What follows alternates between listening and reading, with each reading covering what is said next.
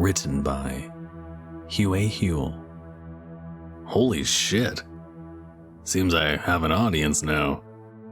Well, I guess I'll take advantage of that and save a few lives. Hopefully. Before I get into the meat of what I want to tell you, I'm going to address a few things that people have been mentioning.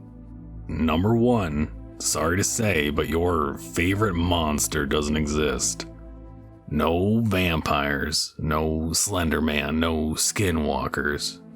If it's been written down or acted out, it's out of the running for what you are going to run into. Are there things like them? Sure. But in the same sense, a deer is like a Great Dane. Werewolves are my favorite example. I've seen them depicted in every possible way. Funny, scary, sexy. What the hell is wrong with you people, by the way? Legitimate brawlers, but never in any way close to the real thing. We call them Canis, and they average about 5.5 feet. And majestic wolf is not what comes to mind.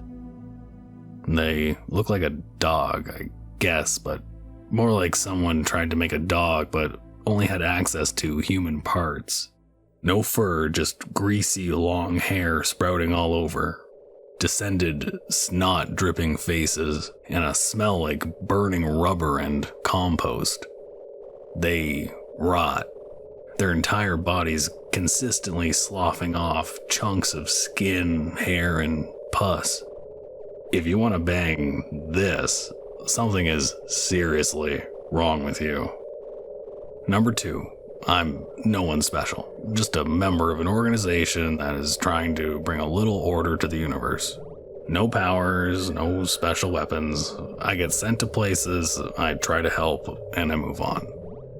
And number three, I've been doing this for about 20 years or so, give or take, as time can get a little sped up or slowed down in my line of work. So, what is today's lesson? I thought I'd tell you about a certain type of entity known as Candymen. No, not that Candyman. Or that one. These guys take things a bit more literally. If you hear people talking about Men in Black, Slender Man, or any other spooky asshole in a suit, either they are pulling things out of their ass, or they had an encounter with one of these guys. They look like an older male, age 60 to 75, but are anything but human. We don't really know what they are, but we do know that besides corner one, they can be found in any of the corners. They wear suits universally. Designs trace back to the early 1930s. But unlike any copycat legends, they vary quite a bit between entities. So, what do you have to worry about from these harmless old gents? More than you should. Each group of up to 4 will have a business. Often, but not always, this will be a candy store. Regardless of the outside presentation, the inside will be set up to resemble a candy store from the 1930s to 1950s. Don't know how they do it, but once you walk in there, your tolerance for strange shoots through the roof. This lets them observe you, get your information, and see if you would make a good thrall or victim. You can train yourself to resist this. I won't tell you how, but it involves absinthe, gasoline, and easy access to a hospital. When you enter, you're going to see various other entities, in addition to the Candymen.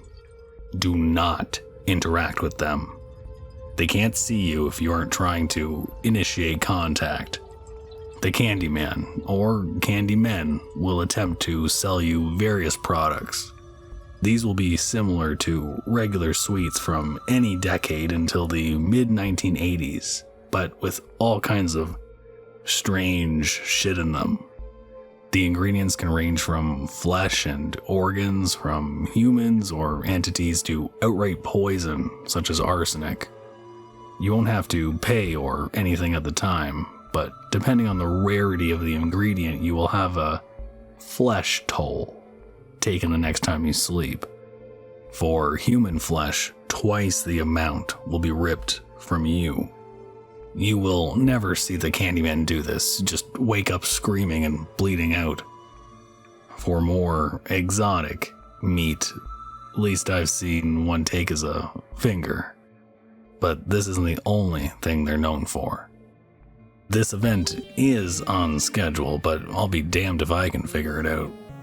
But every once in a long while they get restless. If you are ever in a city and see a recently closed candy shop, run far and fast. They stop all shopkeeping operations, find the darkest, most humid corner of the store, and begin to take all stock and spin this into a substance that seems to be black, slightly tarry cotton candy.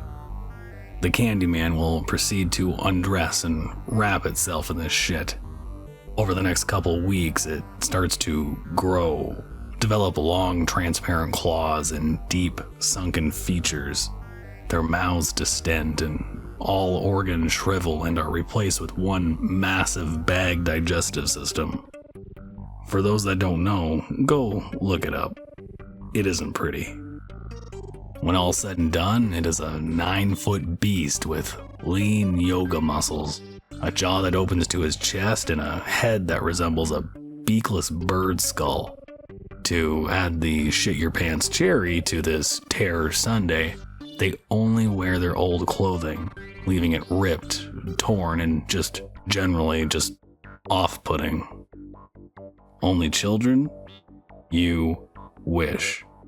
The only people exempt are their customers. Even monsters don't want to screw with their bankroll. Otherwise, they have a nasty bag of tricks to lure, trap, and kill anyone they can get alone. Which, now that I think of it, is their only rule. No age limit, no ritual, no allergy to silver. Just don't be alone. Simple, right? They will use your loved one's voice, dead or alive, contort their bodies to appear as benches, lampposts. Biggest one I've seen was a 16-footer, or piles of garbage. I've seen them take pets, kids, whatever they can do to get you and them face to face. How can you get on an even playing field? Best advice I can give is get in a vehicle and hit the prick. It's going to be the only thing that will protect you enough and do enough trauma to make it give a shit. Reason being, its bones can be bent 90 degrees, and its skin has the texture of padded foam. I know, it's not elegant, it's no rosary or oak steak, but it's going to be your best chance at walking away from the situation. And don't get touched by those claws. Even a scratch is going to rapidly cause the spot to fester. Part of their digestive system, in case you were wondering. You've got about 2 minutes to get an arm off before you're dead, as a quick example. After 6 months or so, they begin to shed the extra flesh and slowly return to the original form, moving to a different city and starting the process again. Some final tidbits. Yes, you can pay for products with flesh that isn't your own. Twisted, but if you happen to get attacked by something you happen to have to kill, you have an easy way to not worry about their next cycle. Consistent customers know how to get products that have interesting effects. Be wary of anyone you know who suddenly starts recommending a specific candy store. It's addiction. You are not going to be a new customer. You are a walking bar tab. They do have one other weakness. Not much of one, but it works. Pure real stevia mixed with equal parts whiskey hits them like boiling tear gas. It's not going to do any real damage, but unless you get a really nasty prick, it'll send them running. Well, that's it for now, folks.